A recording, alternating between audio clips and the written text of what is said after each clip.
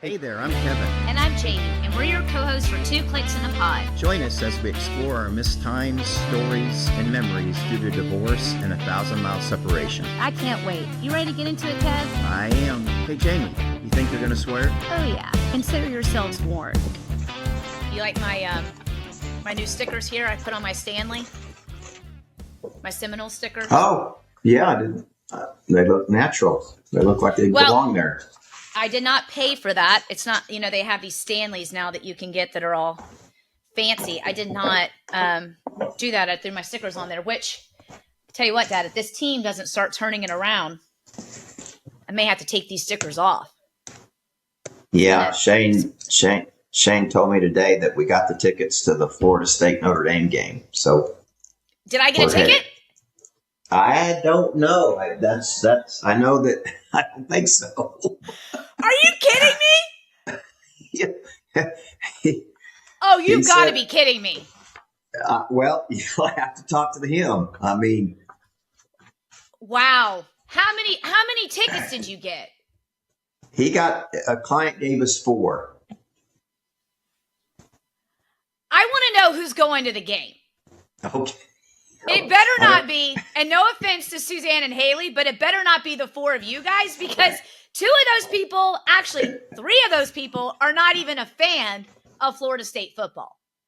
And I have been asking about this ticket since I got baited with oh, by the way, I think I'm going to get us tickets to Florida State Notre Dame. I'm like, I'm in. Mark me down. I'm in. Whatever I got to do. Okay. Unbelievable. Okay. All right. Well, I'll save this conversation for my brother, but yeah. Unbelievable. Well, enjoy your time in South Bend. That's some bullshit right there. Way to kick off the show, Dad. Well, it hasn't been decided. He hadn't checked with who to make sure that it was going to be. Not that he's not going, but I don't know what the plans are on his side. He couldn't give me any details. I was already looking for rooms and making sure that we had an ability to get up there. So, because it's on the 9th, November 9th. Oh, I'm very aware of when it is. Okay. I've literally had it in my calendar again since he baited me with this opportunity. I just texted him and I just put, so you got tickets, ... Because the other day when I left here from recording, he was on the phone with Mom and I said, oh, she handed me the phone and we were caught up for like 15 seconds. And then I just said, so have you heard anything about the Notre Dame tickets? He's like, get off me about the tickets. I was like, all right, gotta go. And I just darted out the door.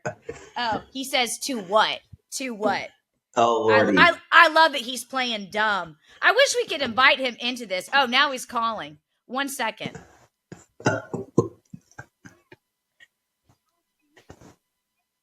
I can't really talk to you right now. I'm recording the podcast.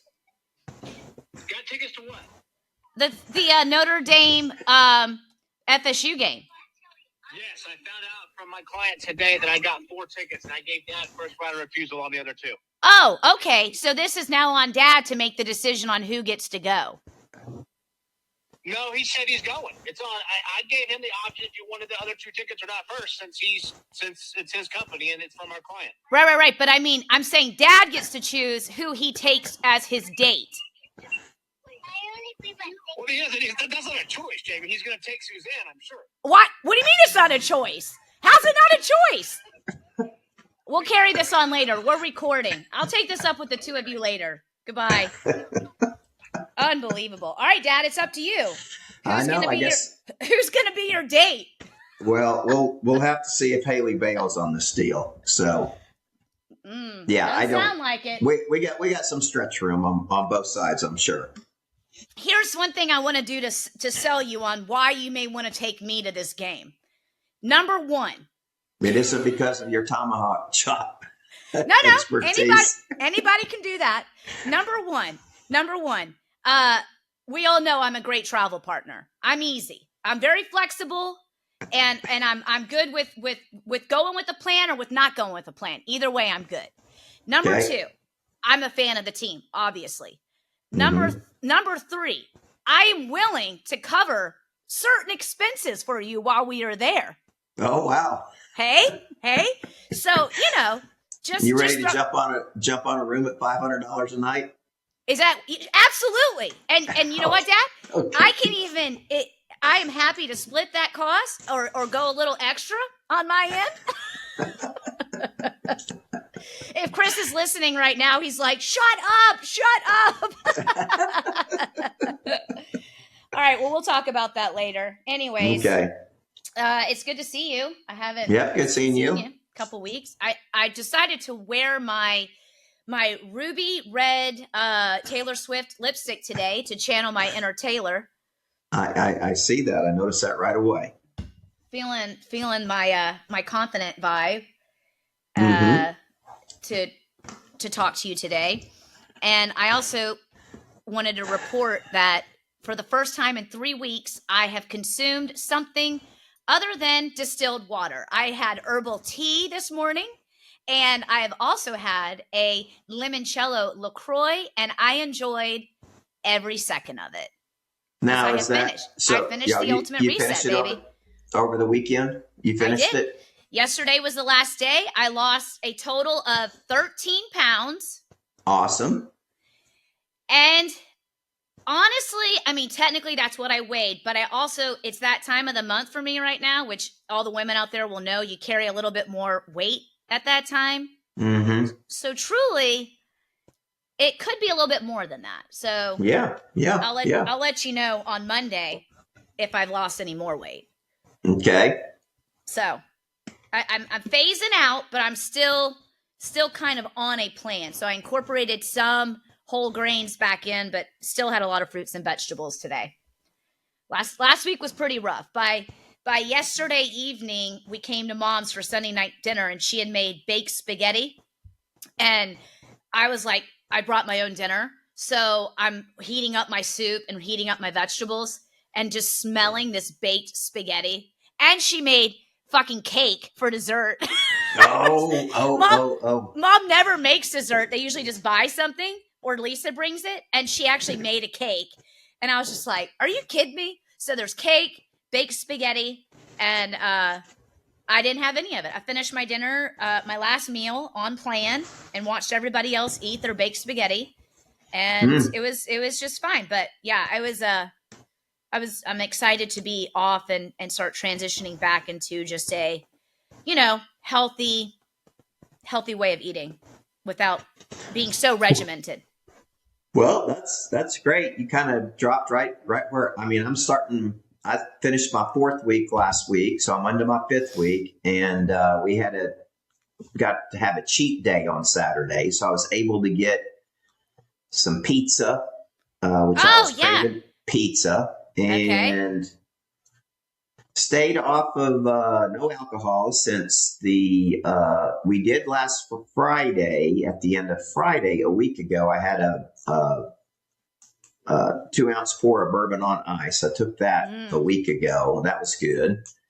But the pizza was there, and then I received a gift of a Texas baked pecan pie in the mail.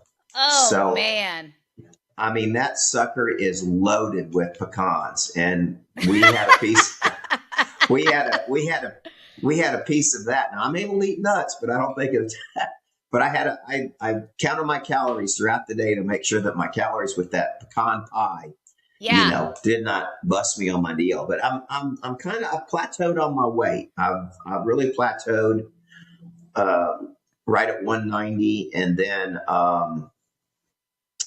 started really an accelerated, much more difficult workout today. So that'll kick it up for you for sure. Yeah. I was worn out. My knees were really feeling good. I've been wearing my braces, icing them. They were feeling great. I got done with that workout. And then I jumped on the drum kit at 4. I could barely kick a pedal. I mean, it was. Oh, for real? Wow. Yeah, it was hard. But anyway, it made me feel good. I love when I get challenged in a workout, I find that it just kind of fills me with laughter because I know I'm trying to kick its ass. You know what I mean? So Well, the whole time you're doing it, you're just like, how stupid do I look right now? If someone's Yeah. watching me and my inability to do this function or this exercise, how stupid do I look right now? That's what I would be doing and laughing at myself. You got your arms up your ass and you got your legs in the air. I mean, it's just. I love it. After each one of those and getting through it, I said, man, I just laughed. I said, that was pushing it. And I don't know why I've always done that when I'm walking or riding and finally achieve where I want to go. It just brings the biggest smile and laughter. But anyway. That's awesome. Well, you look, by the way, you look good. I can see it in your face and. I can tell as well. Yeah, you look good. Yep. So it's good. Did you happen to see the video of the passerby that I ran into over the weekend on my walk? On my video? I was just informed that you posted a video, and I went to go look at it, and it's not coming up, so I don't know did you take it down or? I had a hard time. I couldn't get it to come up on a computer, but I got it to come up on my phone. So I'm still not sure if I know what the hell I'm doing. Well, I'm going to try to find this video. I posted it on the 2 Clicks Facebook page. But okay, I was on Instagram. I'll take a look. I'm going to make sure you're not doing anything too silly, Dad. Oh, this was pretty cool, and pretty silly. So it was. God.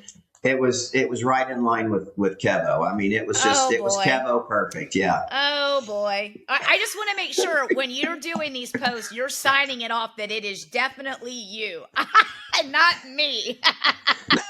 You can't mistake it. You can't mistake it. I mean, even the passerby recognized who I was, that I was the father in 2 Clicks and a Pod. I mean, it was amazing. All right. I'll take a look and I'll let you know what I think. Good Lord. And on that note, if anybody else saw it, Kelsey, the producer, loved it. Kelsey, the producer, loved it. She liked it. So, all right. Well, if any of our followers saw it, I would love you to pipe in with some feedback on that. I'll believe it if I hear some feedback. Well, it was really windy. The windy kind of caught the best of us at the very end. But you weren't in the Windy City though, were you? I was in Nashville, and it was windy here. No, I was not in the Windy City. Oh boy. All right. Well, I'll take a look on the Facebook page to check that out. Mm-hmm. For sure. All right. Well, I just want to give you one quick update, just so you know. Reese did start swim team. Had her first practice on Friday, so we're locked in for that. She actually had practice tonight, so Chris is there with her right now. And we started hockey last weekend. First game, first W, baby. Awesome. So awesome. The boys looked all right. We got a little bit of cleanup to do on that first game. Just a little rough looking, but they won, so that's good. Yeah. But we're on full swing, and Chris and Parker will be in Brooklyn on Saturday. Reese and I will be here for her to cheer on the football team for cheerleading. Mm-hmm. So we had our first game for that on Saturday as well. So that went good. So we are in the throes and moving through this first few weeks of the school year. Good deal. All is well. Yep. We just kind of hung out this weekend. We went and saw that movie Twisters. Have you seen that yet? No, but I did go see. Well, one thing did I send you this? I feel like I sent you a link. That soundtrack is awesome. Have you listened to the Twister soundtrack? Yeah. I listened to it in the movie. It is awesome. Well, go on your Apple Music and download it. It's a great soundtrack. You're gonna love it. It's country music, obviously. A lot of Oklahoma stuff. Oh yeah. But, yeah. Anyways, no, I have not seen the movie, but I heard from some coworkers that it was pretty good. A little silly, but entertaining. It was. I think it was as good as, if not a little better than the first one, actually. I mean,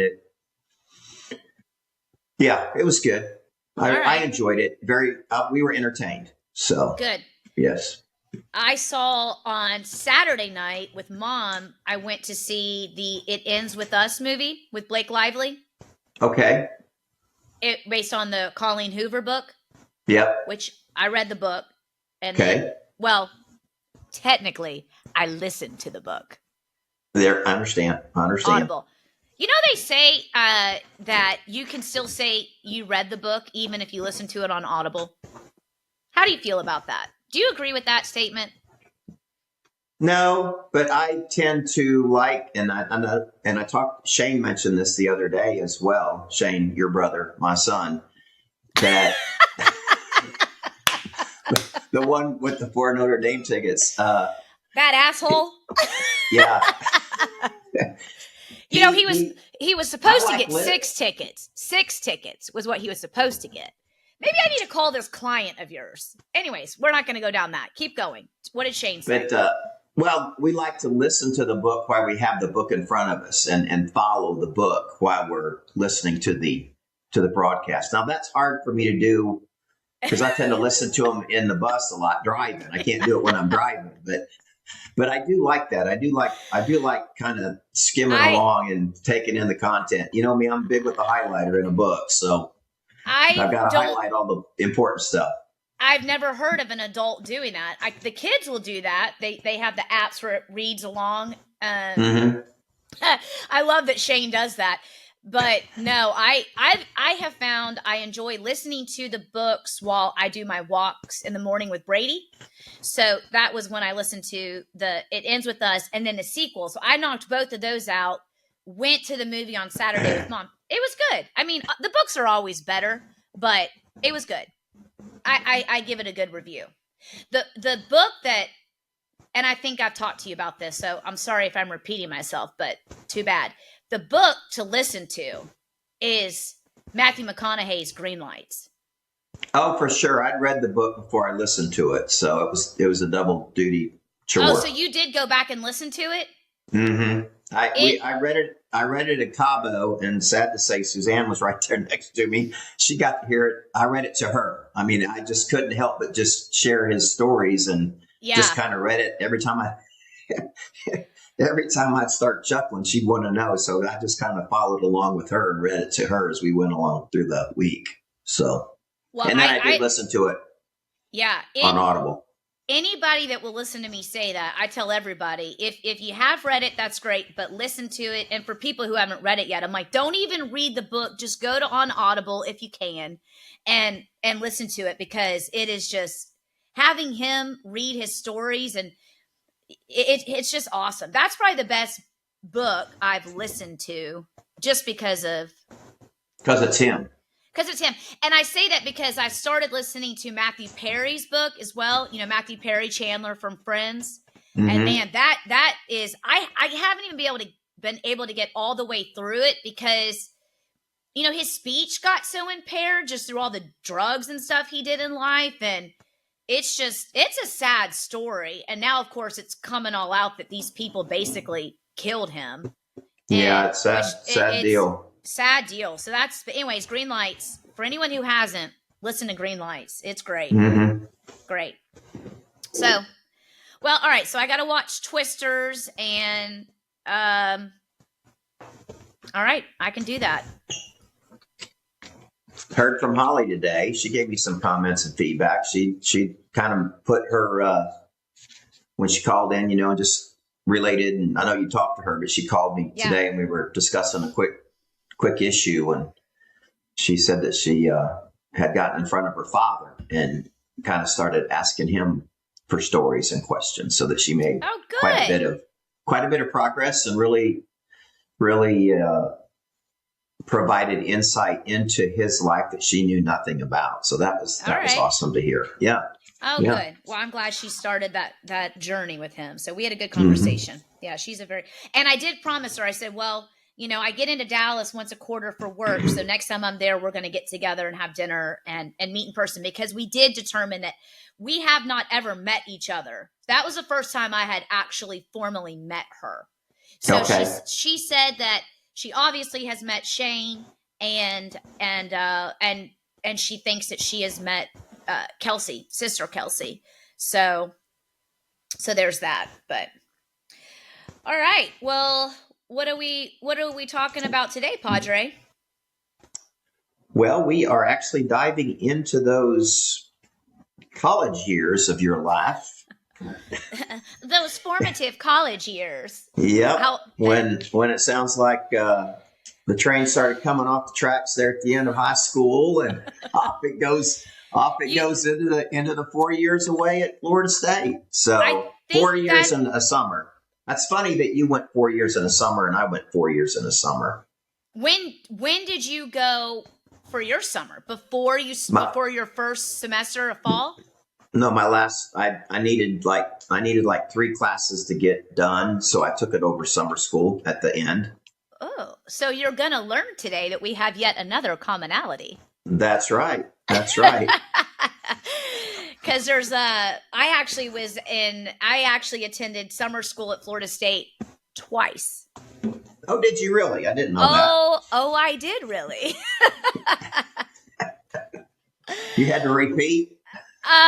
Well, no, but I mean, I can jump ahead or we can go in chronological order. That's up to you. No, we're going in chronological order, so you can lay it down, because I made some notes, and I knew you went to summer school to start, and then I just kind of broke it down, So yeah, throughout that, and anyway, let's walk through the first summer school, and curious just really about roommates and workloads, and what kind of take me on a walking tour of the campus and the hangouts and things like that.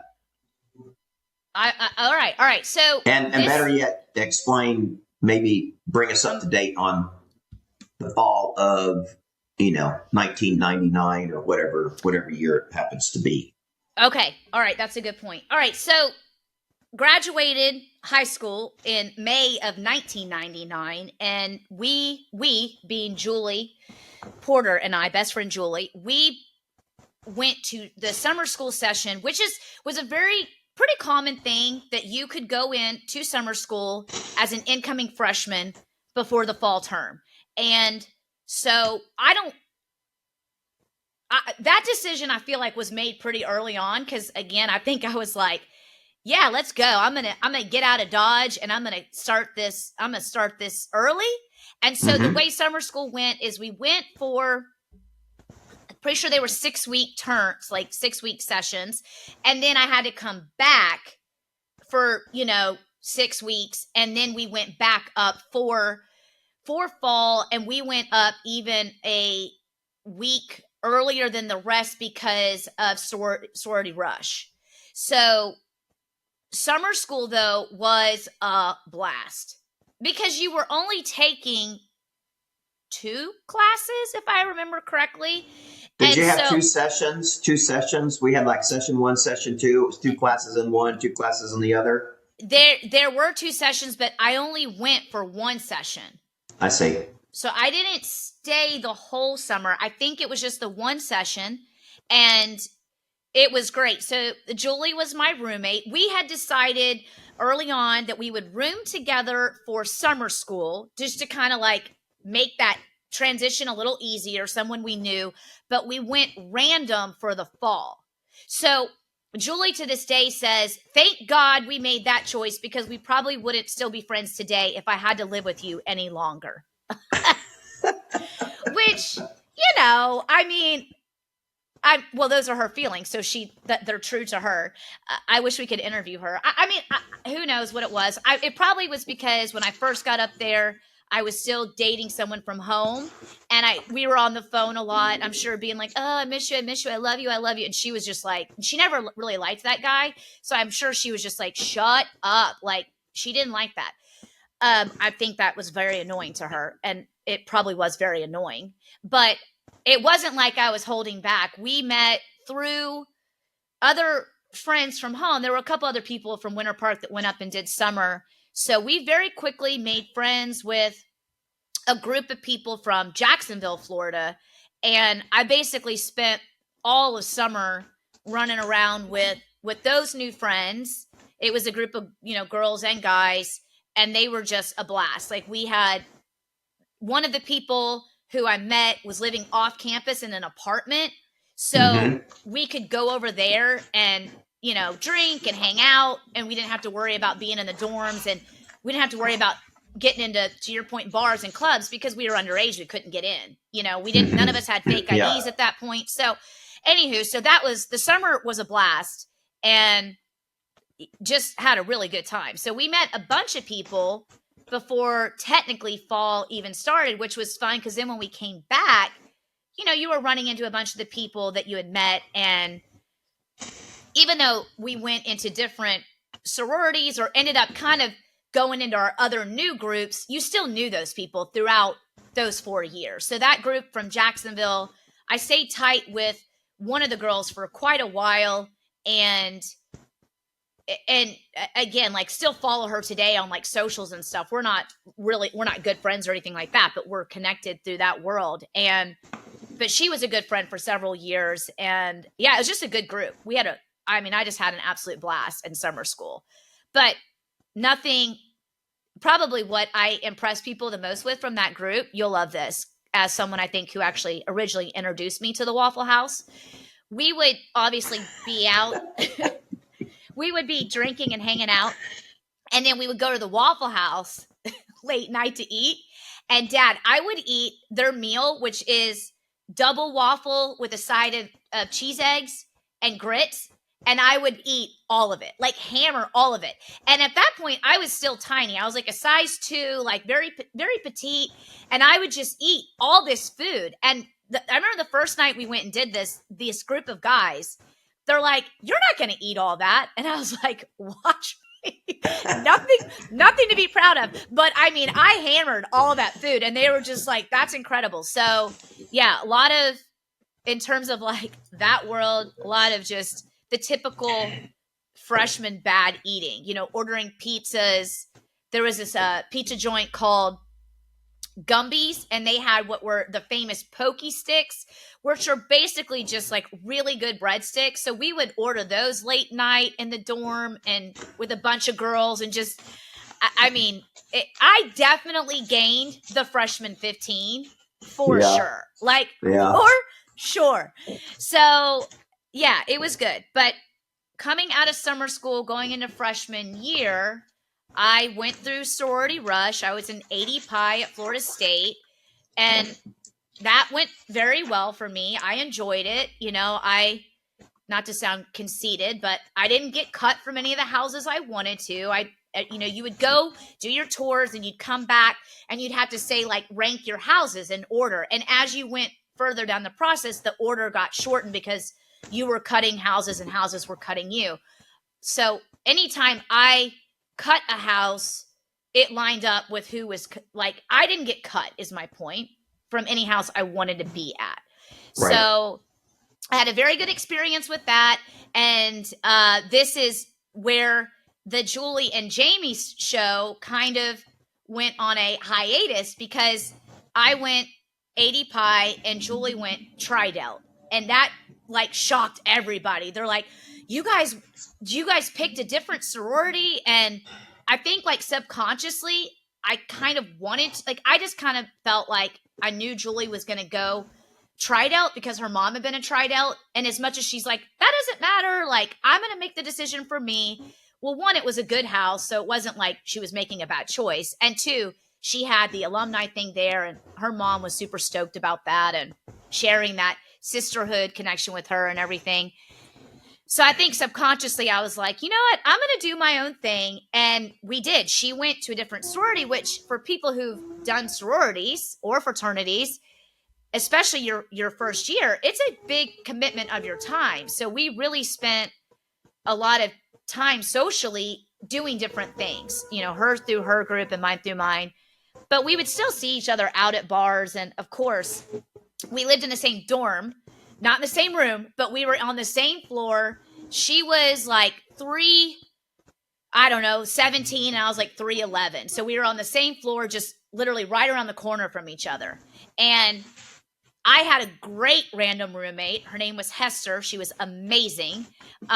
She was from Tallahassee and just a really cool chick.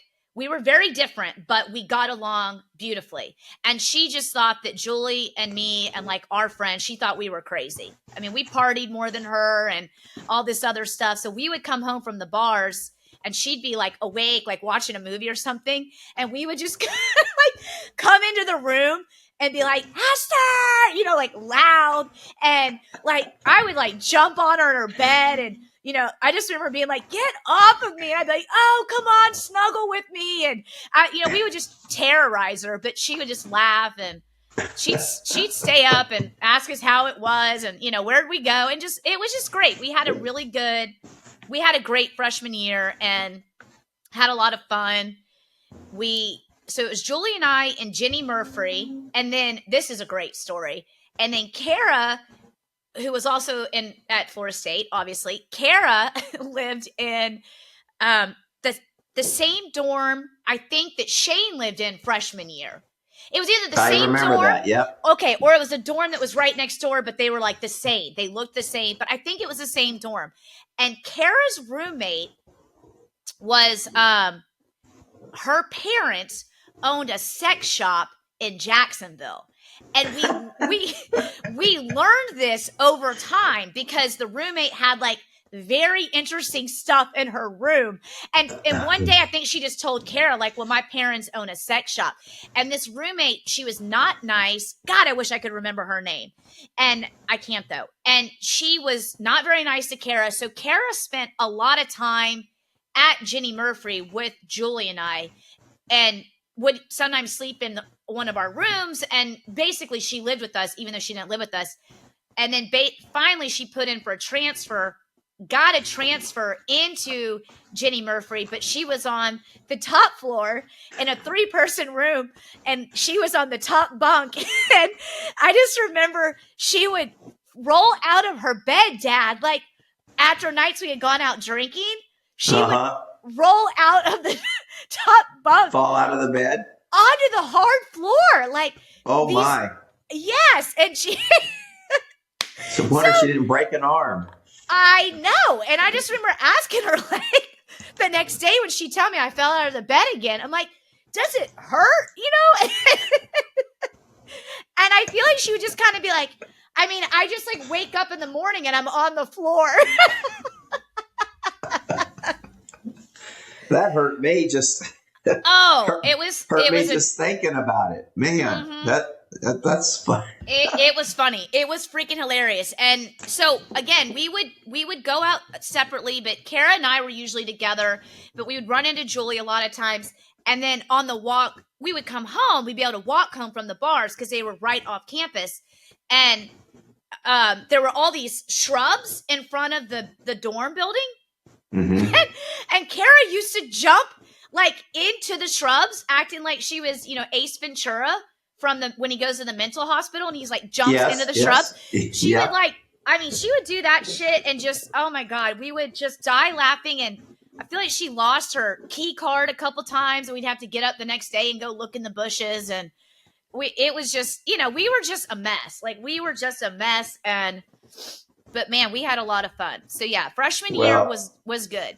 Freshman year was good. And just to kind of remind the viewers or the listeners here as well that Kara and Julie are still very, very close friends and a part of your female pack that still runs and hunts. So you guys are you guys are still very tight.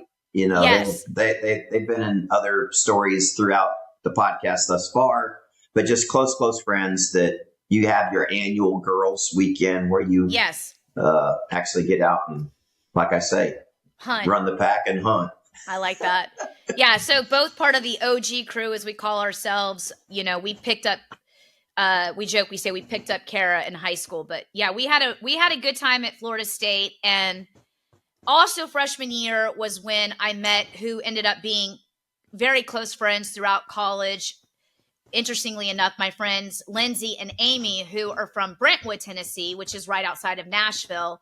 Mm-hmm. So met them through the sorority. They became very good friends. And I lived with them subsequently the next 3 years of college. I lived with Kara, Lindsay, and Amy all 3 of those following years. And then another good friend I met freshman year was Brooke. And Brooke was also from Tallahassee. So Brooke knew Hester, you know, and like they went to the same high school. And yeah, so it was a good what was interesting about, I think, how my friendships panned out in college was that, similar to high school, I knew a lot of people. I had a lot of acquaintances that I liked and enjoyed, but I had a core group of people that wasn't big, but that I was very close with and very tight with for those 4 years. So, where's Brooke today? Brooke where is she today? She's still in Florida, and she's a lawyer. So, if you remember, Brooke was my friend that after college, she moved out to Wyoming and lived in Jackson for like 5 years and worked at a resort there. Basically, like many people that live out west, they work to be able to be outside. They work to be able to ski in the winter and do their other hiking or kayak, that other type of stuff in the summer or spring. So that was just like I know a very cool experience for her, and I actually went out there and visited her that one winter, and snowboarded out in Jackson, which to this day I still say is the best like snow and place I've been in. One of the best places I've been in my life. So anyway, so she's a lawyer in Florida and married and just lovely, still lovely. I think she's a listener of the podcast. So shout out to Brooke. And that's Brooke with an E. Brooke with an E. Brooke with an E. Yep. Yeah. Okay. Yep. I remember. Yep. Remember you guys quite well. So freshman year ends, and Julie's parents actually, while we were at Florida State freshman year, Mr. Bennett got a new job, which moved them to Nashville, randomly enough. So after freshman year, Julie was like, I don't really want to go. I can't go back home to Florida because I don't have a home in Florida anymore. And I don't really want to go to Nashville. So we moved to their house in North Carolina, and Julie and I worked at the Dillard house, technically, which was in Dillard, Georgia, which was right on the line between Georgia and North Carolina. Which the Dillard house is a family style restaurant, where one of those places where you sit at a table and they just bring out all the food and everybody shares it. So it's like fried chicken, fried okra, just all this typical Southern fare. And then like cobbler for dessert. So we worked there during the day, and then on the days off, we would, we'd go rafting, we'd go hiking, we'd hang out. We met friends who also worked there, and so that was an experience, and we had a lot of fun that summer too, just living on our own up in. Was that that was your sophomore summer, or freshman summer? Sophomore summer. Okay. Summer. So we did that, and we worked there. Everybody, Kara, Kristen, Meredith, all of our friends from home, they all went back home to, Winter Park. But Julie and I did that, and that was great. We had a great time. We ended that summer with, we threw a party at the house there in the mountains, and Shane and his girlfriend at the time, Jenny, they came up for that. And so we had a big going away party with all of our friends from the Dillard house, and which was quite an eclectic crew of people. It was like high school students, other kids home from who lived there from college, and then people like adults who worked in the kitchen. Like, how did you have time to go to class? Well, I wasn't in school. I was working. I know, but nothing yet has said anything about your classes. You freshman year? I mean, freshman year was like, that was typical. You took your typical freshman curriculum. I took, I don't know, English. I took math. I took, biology, which was my first experience of being in the huge auditorium with hundreds of students. So that was when I realized like, I can not go to class because nobody even knows if you're here or not. So I probably went to biology class maybe 5 times. Like, oh my, maybe because I would read, and then there was this thing called Stan's Notes. I think it was Stan's Notes, something notes, and you could go and buy them. So kids would take notes from class, sell them to this company that put them in a printed This is back when you still were printing things. It wasn't like nobody had laptops. You know, you went back to your dorm room and worked on your Mac or as I had a Dell.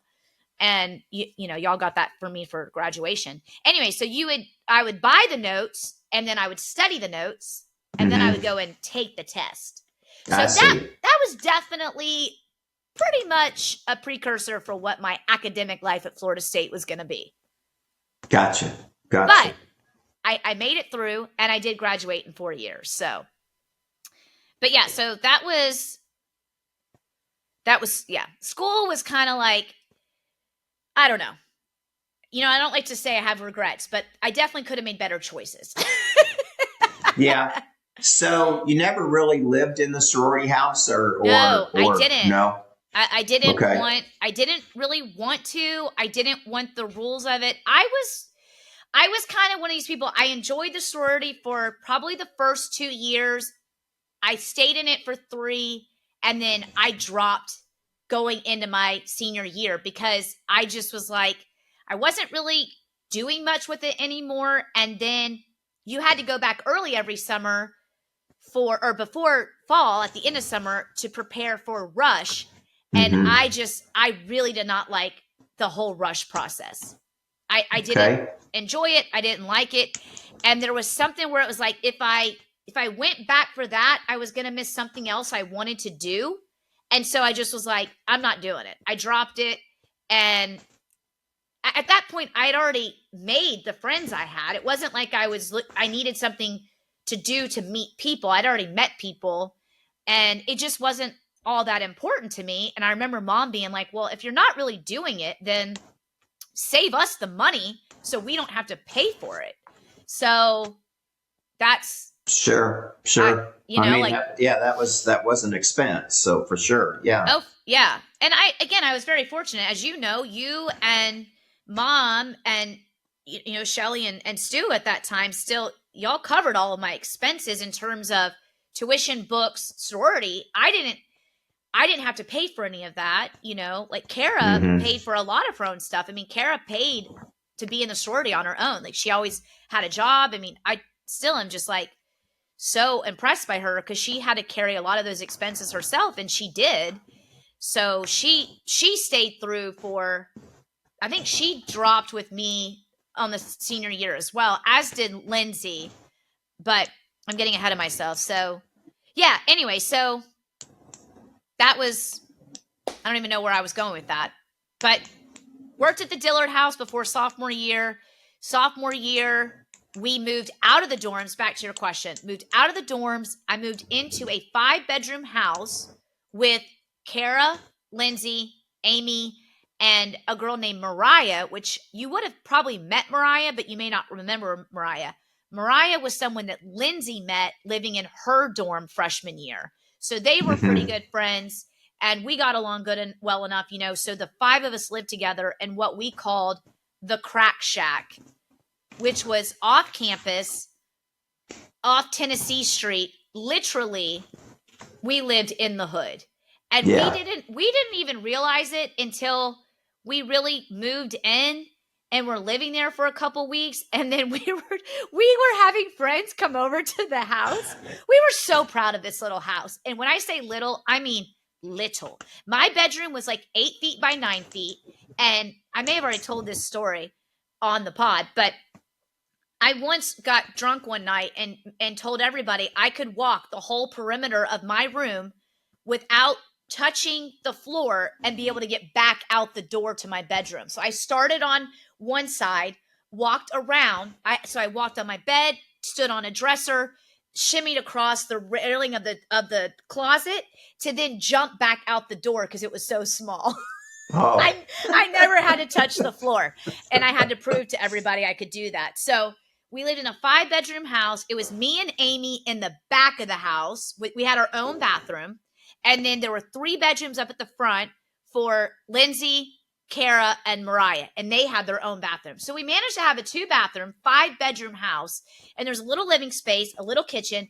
And then we had a backyard and we had a front porch, which for Christmas that year, I went as best I could National Lampoon's Christmas, and I put Christmas lights up. And I was so proud of myself because it was like my first house. And I'm like, I'm going to decorate as much as I can afford the shit out of this little house.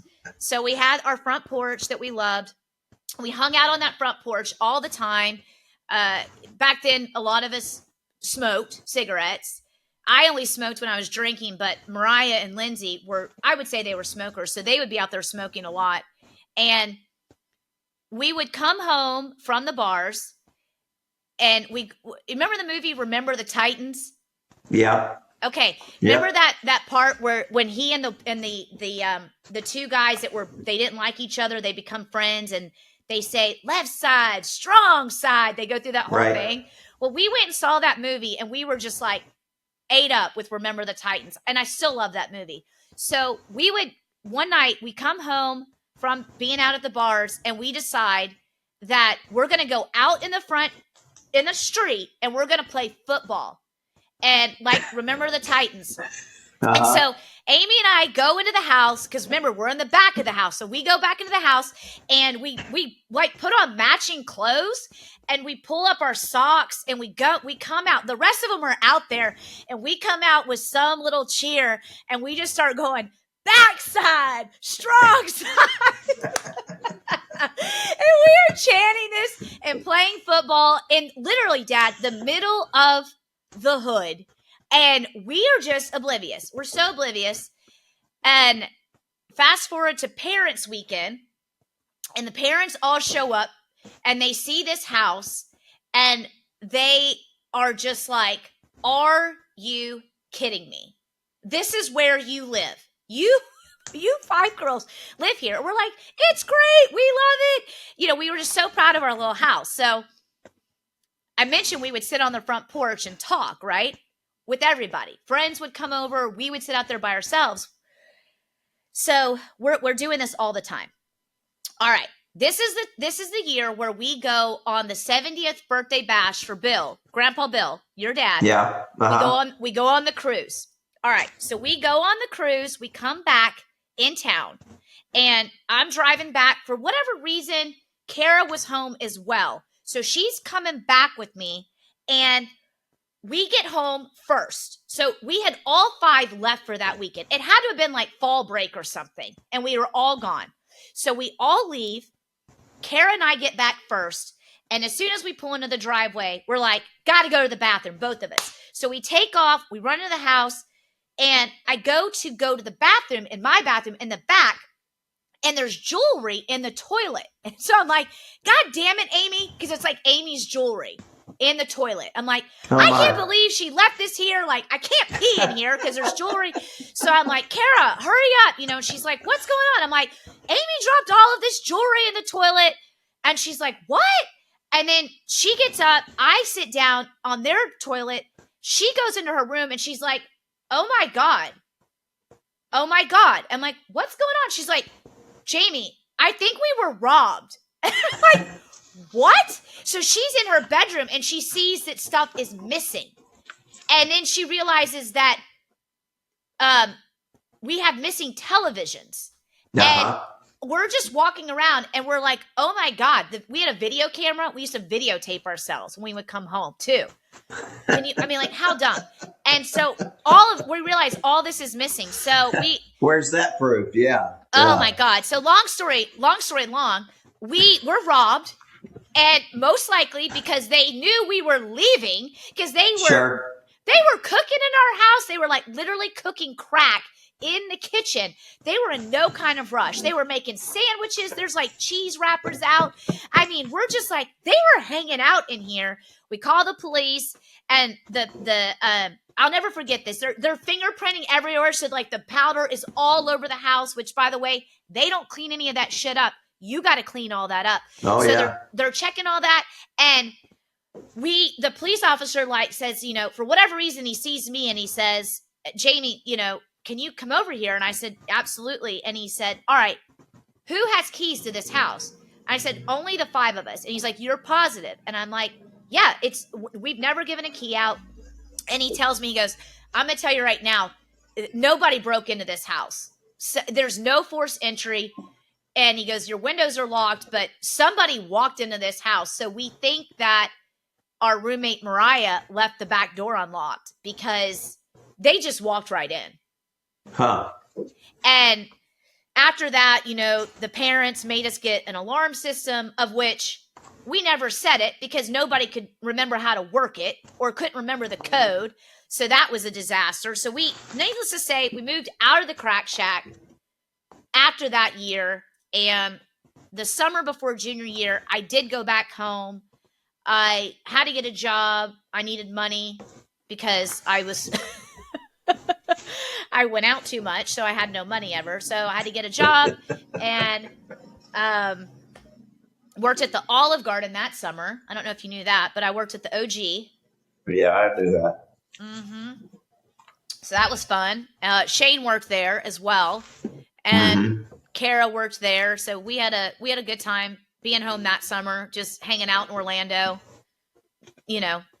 working, not doing much of anything. And then when we went back to Tallahassee, we moved for, the next time. And this time I moved in with Kara and Amy, and Lindsay and Mariah got their own condo in the same complex, but they did not live with us. But Lindsay basically lived with us because I had a queen size bed, and she pretty much just stayed at our place all the time and would stay in my room. But where was that? I don't think I was ever there. No, you were definitely there because that was at the Timbers, and that was the year that you and Shelly gave us the old couch from Forney and the 2 blue Lazy Boy chairs. No, so that was the trip. The trailer came off the hitch. Yep. Yeah. So you guys furnished the living room of that. I don't remember where that was though. What side of town that was on? So it was off Tennessee Street, but further down past the crack shack. Okay. And it was a 2-bedroom townhouse. My bedroom was on the bottom floor, and Kara and Amy were upstairs. It was a nice place. It was a nice joint. So yeah, junior year was kind of a shit show. That was when we were all dating. So me, Kara, Lindsay, Amy were all dating guys that were friends in the same fraternity. And that year, Lindsay and I both broke up with our boyfriends, but Kara and Amy stayed together with their boyfriends. So we were still always hanging around with those guys. And so, Lindsay and I we would go out on our own sometime, just kind of we got to get away from that scene. And so junior year was not a great year. It started off good, but after basically fall term, I think it was pretty much going into spring that we had, I had broken up with Colin, Lindsay had broken up with Aaron, and we were just we kind of became very much like the 2 compadres. I was telling you, we would, I told you this before, we would stay home and get in those Lazy Boy chairs and watch. We had this Leonard Skinner concert DVD. It was like a biography concert mix where they would talk about their life, but then they'd cut to actual footage of them at concerts. And we would just smoke pot and watch that DVD all the time. Oh, we would watch that, and we would watch Goodfellas on repeat all the time, to the point when Kara would come home and she would just be like, "What's up, Stony Balonies?" She would just rip us and make fun of us all the time. And we didn't care. We were like, "Oh, not much," just living the dream or whatever. But so that was junior year. And probably the highlight of junior year was that we all turned 21. So sure, we had our big 21st birthday celebrations in Tallahassee. And you may or may not remember, but for my birthday that year, you funded the Escalade or Navigator. It was a Navigator limo for me and a bunch of my friends to go out for my 21st birthday. Do you remember that? Mm-hmm. I do. That was your present. That was your present to me. So we went out, and the way you did it in Tallahassee, which I'm sure is not all that unique, is you picked a theme for your birthday party. So my theme was Absolute 21. That was when Absolute Vodka was really popular. And we all wore the baseball tees, so like the shirt sleeves were color and then the middle was white. So we all wore t-shirts that said Absolute 21, and then we had our names on the back. And mine, of course, was like bedazzled. The 21 was bedazzled. And we went out in the Navigator limo, and Julie had gotten a new video camera for Christmas that year. So, and in the Crack Shack, we had like the big video camera, like the original. Well, Julie had more of the handheld, that you kind of held. And those Sony. Yeah, the Sony versus the VHS beta. Yeah, yes. Sony. So, needless to say, of course, we thought it would be a good idea to video all of our 21st birthdays. And so this is on video. So all of this behavior, which to this day, Julie still has these tapes and she will not turn them over. It's like blackmail. I can't even. So the day after the 21st birthday, I was so hungover. I tell people I've never been the same drinking wise since my 21st birthday. Ever since then, that's why I get the bad hangovers I do. I was so hungover, I could not leave my room for 2 days. And I had this huge window in that bedroom that the sun came in right in the morning. So it must have been facing the east, And it was so bright that I had gone to Walmart and bought a black sheet and pinned that around that window. This was before the birthday, but to block out the sun because it would get so hot. And it was so bright. So it was like a cave. And I lived in that bedroom for like 2 days. I couldn't eat. All I did was sleep and like go to the bathroom and maybe throw up or go to the bathroom. Like couldn't do anything. Mom had to call the girls because I wasn't answering a phone to just say like, is she okay? And obviously I was. But I remember the day after I heard them all in the living room watching the video. And it was like all of us taking shots. And I walked out to go get something to drink.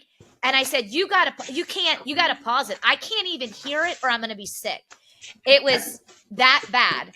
And then we continued to film all the birthdays. So like Julie's theme was trailer trash bash. So we all just dressed up like, this is not nice to say, trailer trash. And we went to like a Barbie themed one where everybody was a Barbie. And this is just what you did. So that was the year of the birthday parties, the big 21st birthday parties. So that was junior year. So I survived that. And then this is where we have our commonality, and that the summer before senior year. So you're picking up on a theme here. My social life was very important to me.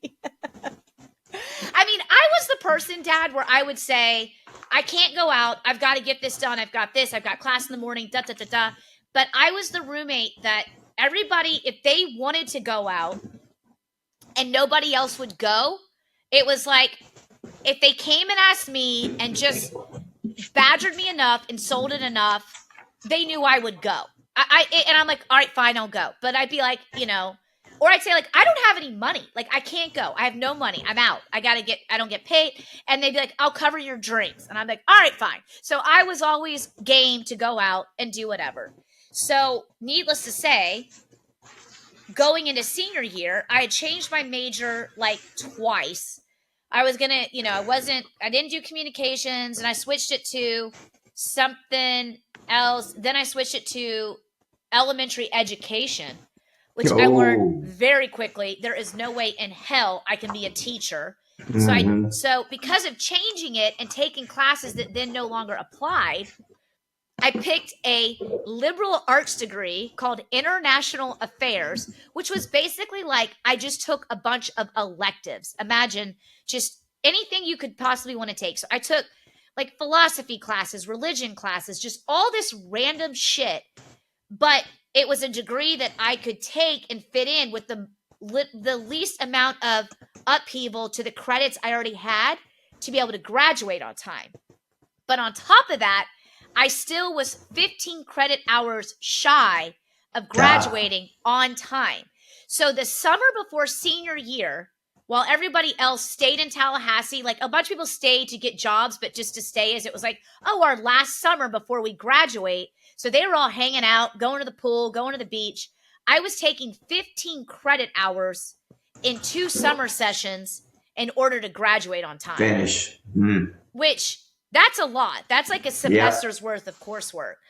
Yeah. So I did that. I obviously passed. And that was also the summer I went skydiving, which was awesome. Yeah. But yeah, that summer was like literally class, school, and then when I could, I would obviously hang out. I hung out at Brooke's apartment a lot that summer because she was there for the summer with some of our other sorority sisters, and they were all doing summer school as well. So I hung out there quite a bit.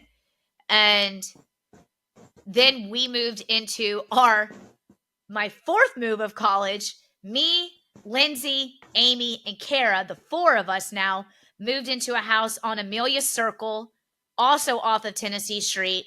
That was an awesome house. I lived in a converted garage. So my bedroom took up the full length of the house on the far left side. And it was like you stepped down to get into it. So my bedroom was huge. I had my bed in it. I had that couch that you had brought for the Timbers was in my room.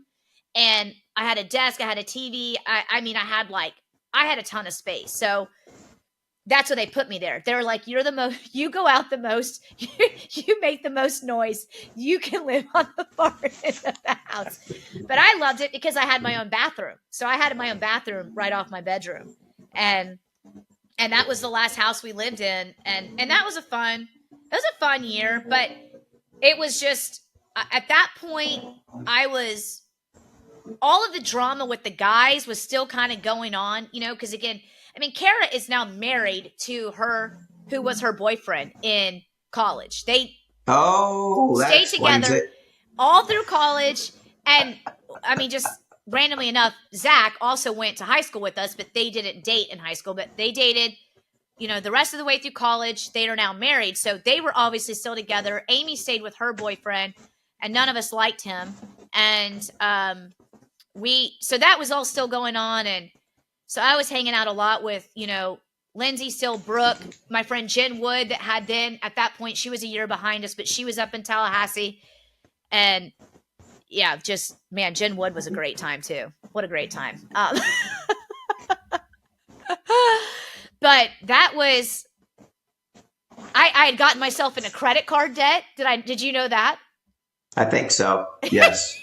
So I had run up a $5,000 credit card bill that I would work to be able to pay the minimum payments, maybe sometimes a little bit more, and then enough to try to go out, have money to go out. But they were calling the house all the time. And I remember Kara being like, dude, you've got to get this under control. Like she was like, James, they're calling the house. I'm like, just don't answer it. Don't answer it. So he would go on the recording and they would all just give me so much shit. And eventually I had to go home to back to Mom and Stu and tell them like, look, I've got myself into trouble. I need help. And obviously, they paid that off for me. I had to pay them back, which I did, but I learned a hard lesson about credit card debt in those 2 years. But see what you learned through having to pay for your bicycle at a young age. Obviously not enough. I've never been good with money. That's for sure. I mean, even at 43, I had to marry a man that keeps me more aware of spending. Like he's like, stop. We have to stop spending. I'm like, I know. But that was a running joke about the credit cards. And then one time I was on the phone with Mom and I probably had it on speakerphone or something because Mom was just like drilling me about, well, how is school and how are your classes? How are you doing? Like she knew classes I was struggling with. So I'm sure she was checking in on that. And I'm like, it's all right. I was probably just telling her it's going to be okay. And she said, honey, you just got to sprint through that finish line. Sprint through that finish line. So that became a running joke. The girls would be like, Amy loves that. Maybe she was the one that was home that day and heard that because I swear to God, like every day for the rest of college, she'd be like, come on, Jamie, you got to sprint through that finish line, get your ass and go to class and sprint through that finish line. So that was like a running joke. But basically, I was just a disaster, Dad. I mean, I was a disaster, but somehow I got through it. It was like, as I told Mom one day on the phone, I was like, Mom, C's get degrees. C's get degrees. I just got to pass and I'll get out of here. And, I did. I graduated on time, and we had the big party. We rented that big bus. You guys were there. We went out and had a good last hurrah. And I graduated on a Friday. We had that party on a Saturday. And then me and you and Shelly and Kelsey, sister Kelsey, were driving from Tallahassee to Dallas that Sunday. I mean, I was to the point, at that point, I was just like, I need to go.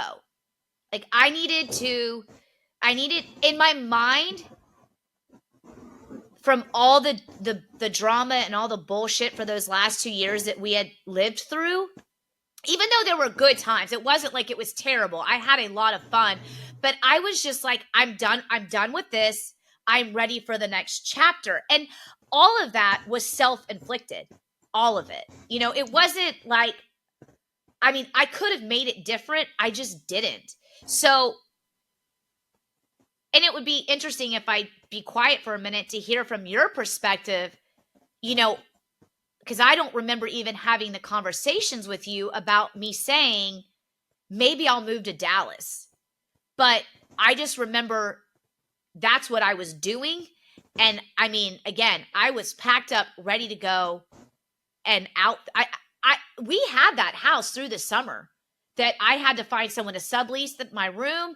I could have stayed that summer. That's how much I was just like, I'm out of here. I was ready to go.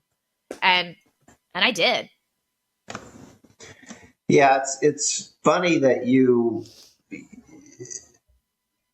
I don't really have any firsthand, I guess, knowledge or experience of all the drama, or better yet, any recollection of that. I think you always seem to be doing, even in all 4 years, I thought, at least maintaining. I don't think there was any serious discussions on our end about grades or change in majors. I feel like I was pretty much out of the loop of all that, not really knowing. Yeah. I know that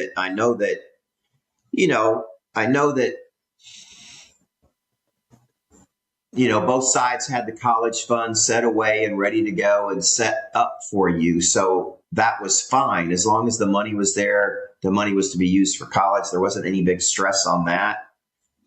Obviously, it sounds like there was a financial stress on your part of just the money that you spent, but I don't remember much about that at all. I do remember, describing the different houses and where you went. I don't think I was there much of, the junior year, or obviously there for the party at the senior year. I do remember coming in and spending a few weekends, but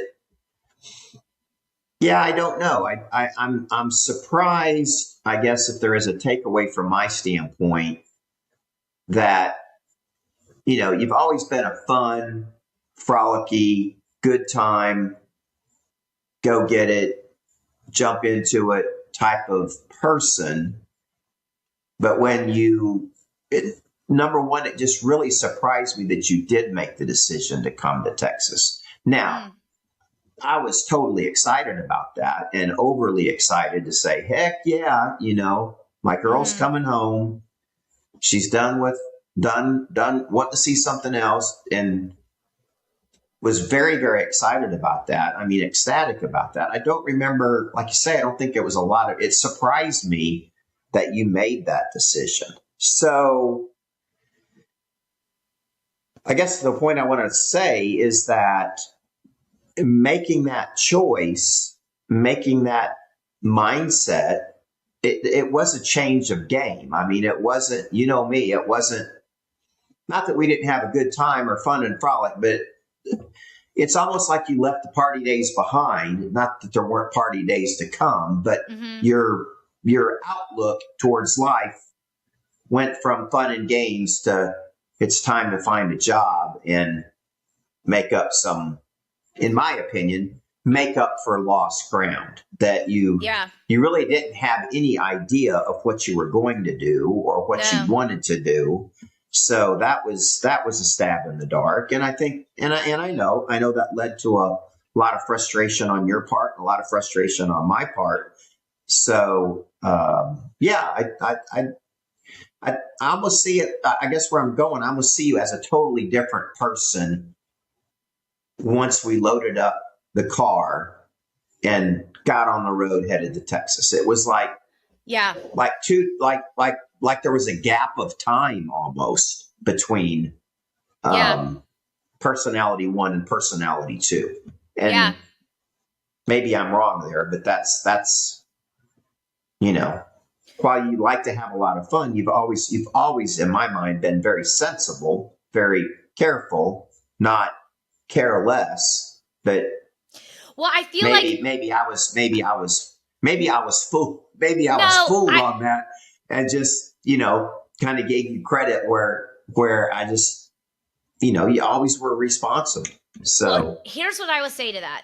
I would say $5,000 in debt at that time was a lot of money. In today's time, it's a monthly bill. Dude, I'm telling you, when you literally are working at Smoky Bones like I was as a hostess, not even waiting tables where you were making more cash.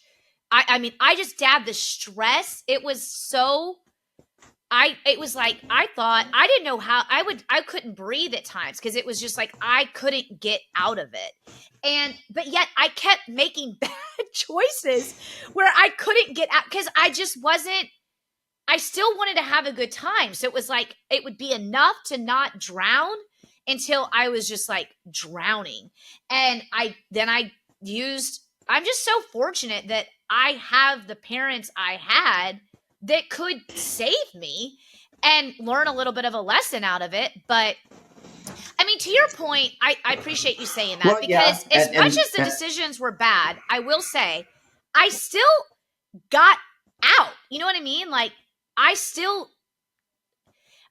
did not want to put the burden on my parents that I was going to be a person that had to have them carry the bill longer than it needed to be carried. You know what I mean? It was very much like you have 4 years of college ready to be paid for, and you need to do what you got to do to get, and I think you even said this once, like, I'm paying for 4 years.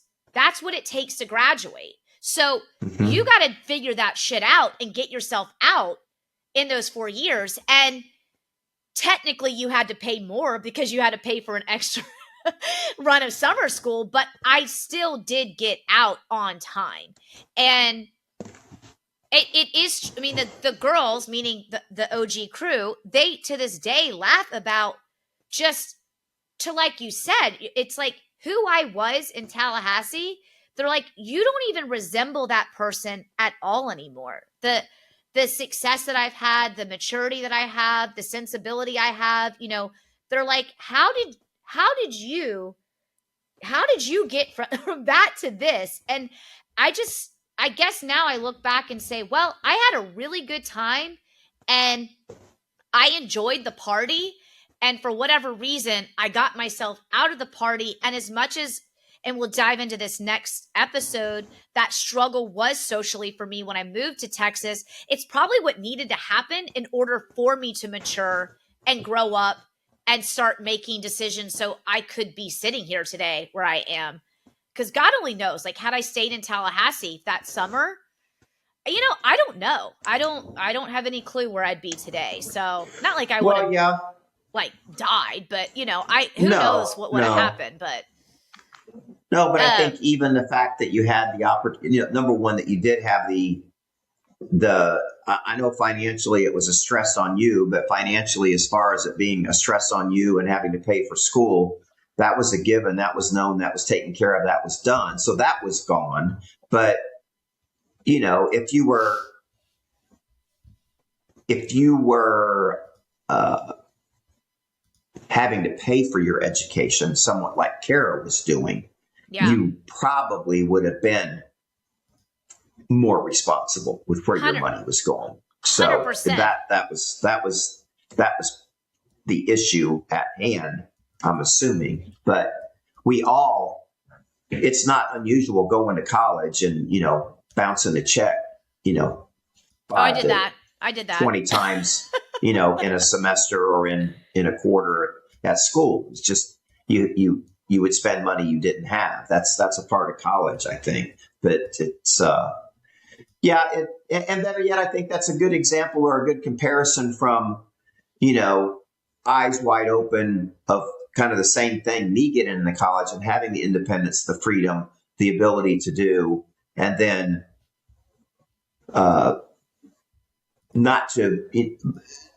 somewhat similar, not to the same level, but very similar. My takeaway is, the guys we would always get together. We would always go out. We would always have a good time. And we liked running around in a pack, just similarly to you did. And they all wanted everybody that was in the pack to be there. So we all got along very, very well. And better yet, it was always trying to push somebody else and daring them to do something. So whoever the daredevil was always the one that definitely got invited back out, So I was game to do whatever. That trip, to do anything. So same. Within reason, but same. But I think it's interesting that when you say the level that you're at today, I'm sure is a byproduct of getting rid of the fun and the frolic and the frenzy, and just kind of after being on a 4-year world tour around doing this, it was a change of life and things that drew you into more responsibility, one, getting a job.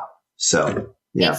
And it's one of these things where I sit back and I just remember times where the girls would tease me, like, of the things I did, just being direct, the bad choices, whether it be, guys I hooked up with or the drugs that I tried, I experimented with drugs, I made bad choices with guys that I went on hung out with. Like, I met this guy and thought he was great, and it was not great. Of course I thought I was all into it. And then the girls were like, Jamie, this guy is bad news. Like, he runs in this crowd. He does all this stuff. And I just was like, it's fine. And it wasn't a good thing. And I got out of that. I always got out of it, but I had no problem trying it all, Dad. And so my point is that they would sometimes tease me about it. I can't believe you did this, or that you were that, or, whatever. And I'm to a point now where I'm kind of like, I don't regret that. I'm not ashamed of it, because like you said, I tried almost everything. I lived very wild. I lived very free. And then when it was time to say, now it's time to grow up and move on, I could do that without feeling like I got to be wild and free still. And and I'm good with that, I'm like, I'll tell you about the one night stand I had that shouldn't have had, whatever. Like, I just don't really care, because I live to be on the other side of that and tell the tales, So are there things I hope differently for my daughter? 100%, but I don't feel like I'll have to ever worry about that, because Reese and I are very different people, and at the same time, if she ended up doing the things I did, I'd sit there and I'd say, like, I get it. I get making choices and being young. And, I think back to when we had this conversation where you were, and these were things that you didn't get to do, or that you maybe didn't do to the level I did. And so at one point you were kind of like, man, I still want that life a little bit. But yeah, so I survived, and I only, I was put in a cop car twice, and made it out of that okay too. And that's a good point. I feel it is a valid point that I was still a little bit, and I've lived my adult life outside of from the marriage to your mother moving forward in a much more daredevil, balls to the wall, full throttle, no bars, nothing held back on, and wanted to try anything and everything that was extreme or dangerous. Not so much with narcotics or drugs, but just in other ways, full yeah. force fun in other ways. And as my mother tells me, pushed her to her limits of just, constant worry of what am I going to do next that shortens my life. But at 69 years old, I'm still here. You're still here. And have enjoyed all those decisions that I've made in between time. But I'm thankful for our family to the point we haven't had to endure a disaster or a loss and a sorrow, and having somebody train wreck on, substance abuse to a level of just craziness. So that I am very thankful for. Yeah, we've been very blessed with that, especially, we were talking about this just in the last week. Some people, I can't imagine not everyone in the country has heard about the hockey player and the professional hockey player, Johnny Gaudreau, and his brother that were killed by a drunk driver. And, Chris was talking about this, and we talked about it in front of the kids, because obviously Parker heard, because he knew immediately that they called him Johnny Hockey, played for Columbus. And so Parker was obviously sad to hear that. But we talked about that, and Chris just said, think about the time we've all done it. We've all been behind the wheel, either driving or riding in a car where we had too much to drink, or the person had. And his point kind of was just like, it was really terrible what that person did, but he was also like, it's just eye-opening that how irresponsible we have been in life, and that we're not doing those things now. Obviously, we don't do those things now. But we did at one point, and we're just so fortunate that we did not harm someone else or harm ourselves. So to your point, we are very, very fortunate to come out where we have. And, I know in this day and age, everyone in this day and age, people give everyone such a hard time for making wrong decisions. Sometimes yes, sometimes no. When it's catastrophic, yes, they do. But the point, as you said, is that bad choices are made, and people have to suffer the consequences. And like you say, some of us get to walk away free, even being in similar situations, and others don't, which it's a fine line. It's a fine line in the sand that you can cross and not be able to look back and kind of be in a different set of circumstances really, really quick. Right. So and anyway. I agree. I will say too, one thing that I do find sad as I was thinking about us, talking about this part of my life, and trying to remember things, I don't remember us being very connected in this part of my life. And not like I was all that connected to Mom or Stu either, because it was all about me and my friends and Tallahassee life. But they were there probably more frequently just because of proximity, and I would go home and stuff, but I don't remember that. So I think a part of me wanting to move, it was like this opportunity to form that connection with my dad finally.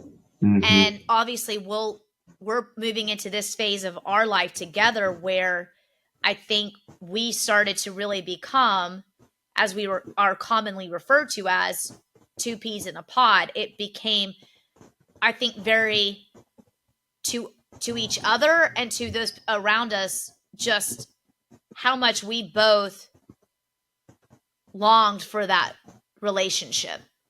And I think as it was developed, just how special it became to each other. So we'll get into that next time. But I think there was a part of me, when it was like the decision to go, that was kind of, it was a little bit, probably was fueled by that desire. Yeah. And that's a good observation. Another good observation on my part is that 2000 and 2005, those years were, looking back, those were some rough years, in my world, just in relationships, and the second wife. So I mean, that's when all that started, just kind of creating havoc and concern and struggle. So I do think it was for sure. It wasn't for a want to, but like you said, Tallahassee was a full 9 hours to Mobile and 4 more hours to get into Tallahassee, drive away, and that was difficult to do. And at the same time, I remember flying into Jacksonville and still having a 4-hour drive to get there. Yeah. So it just wasn't very convenient to be picking up and saying we're going to FSU for the weekend, No. So, yeah. True. All right, thanks for taking me down memory lane there. Yeah, that sounds like a pretty rough ride there, girl.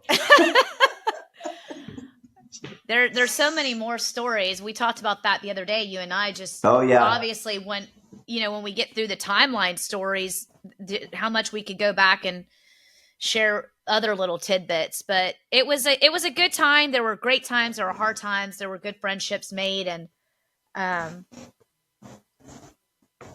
it was good. I can't really complain. So yeah, all in all, and I still have my Seminoles out of it, which, like I said at the beginning of this, let's just see if they can get their shit together and bring home a W this weekend. Yeah, I was glad the Hokies won over the weekend, but man, again, they had a really hard start that first half. Can't say I'm a big fan of this quarterback that came in, but he looked good second half. So we'll see. Yeah. Well, give me a little Hokie bird gobble before you go. Go Hokies! Go Hokies! Yeah. All right, Daddy-o. They showed the footage, coming through the tunnel and the opening home game. That was pretty. Enter the Sandman. Enter the Sandman. It's a good tradition they do there in Blacksburg. I like that. Okay, well, another one wrapped up. And we will look forward to a new release, I think, coming out tomorrow morning, if I'm not mistaken. Yes? No? Yes, sir. Episode 10. And then that's a wrap today on episode 11, Pops. The 11. Yep. Good deal. All right. Great stories. Love you. Bye. Bye-bye. Thank you for tuning in today. With so many podcasts out there, we are grateful you chose to spend your time with us. And we'd love to hear from you. So send us your questions, comments, and feedback to info@twoclicksinapod.com, and we might feature your message in a future episode. Also, don't forget to follow us on social and head over to our YouTube channel where you can watch the full episode live and in living color. You can find us at 2 Clicks in a Pod. That's 2, as in the number, clicks in a pod. Well, James, until next time, love you. Love you too, Daddy.